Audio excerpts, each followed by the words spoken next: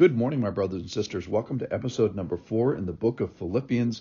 We're going to look at a situation that Paul does not like. And I'm going to title today, Something Has Happened to Me. And frankly, it's something I think Paul does not like. It's an unpleasant circumstance. And we're going to ask a big question about us is, what will we do when something happens to us? Something we don't prefer.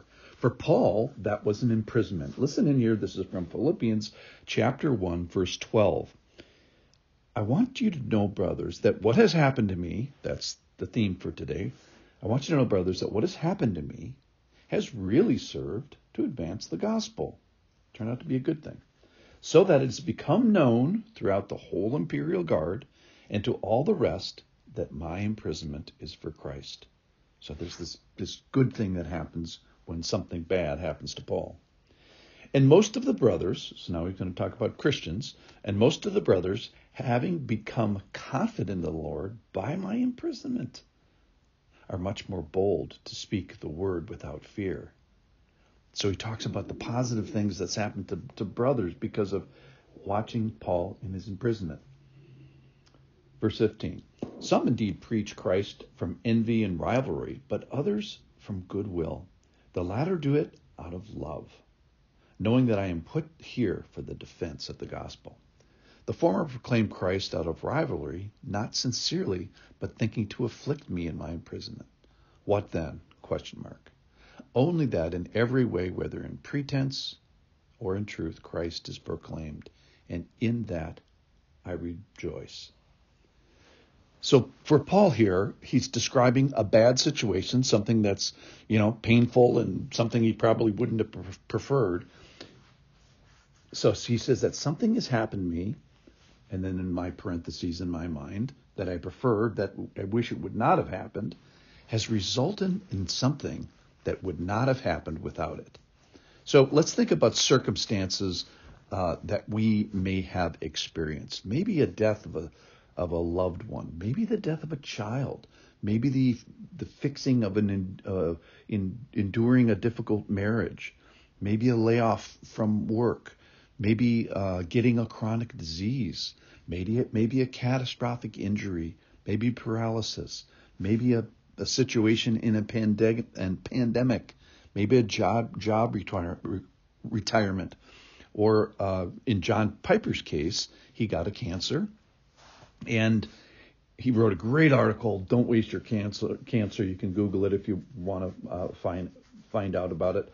But these are all situations that we would not prefer. And certainly none of these things are a picnic. However, God uses them. He allows them, even designs them in his allowed and sovereign will. And are they difficult? Absolutely. And often they cause a reliance on him, even an utter reliance, a trusting on him when all else has been knocked away. It certainly focuses the attention. Many of them are associated with death and usually much suffering. It kind of keeps the main thing. I refer you to my podcast a couple weeks ago about my mother who was told that she had 42 days to live. And it changed relationships and time and words and her contact with God. Everything changed in those 42 days. And Piper makes a point at the end of his article that there are things worse than cancer, which is sin or estrangement from Christ or death without God. And all these situations afford the believer an opportunity to bear witness. So there will be opportunities. So let's find out in the passage what happened to Paul and his opportunities. First, he mentions the Imperial Guard. So he's been with the Imperial Guard somewhere along the lines of 5 years, through shipwreck, through travel, through all kinds of things.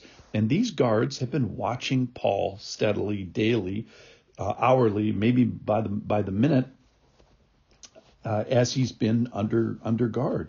And they've been reading his character. They've been reading his responses. They've been reading his activities in shipwrecks and maybe even reading his letters. They've heard his sermons in Acts 21 and 22. They've been basically reading his life, his words, and his resilience to this situation, this imprisonment, and he'd been proclaiming probably on a daily basis, it's not for criminality, but it's for Christ. The other thing, so the imperial guard has benefited by Paul's imprisonment. How about the kings? It says in Acts 9, when Paul became a believer, that he was going to carry my name before kings. Well, that never happened until Paul got arrested. And then in Acts 23, he goes before Felix, the governor, then Festus, and then King Agrippa, and then shipwrecks, and eventually it's going to go through all the way to Caesar. And then what about geography? All these things happened because Paul got imprisoned. Malta, Rome, Cyprus, Lycia, Pamphylia. These are all places he went that he wouldn't have gone because of his imprisonment.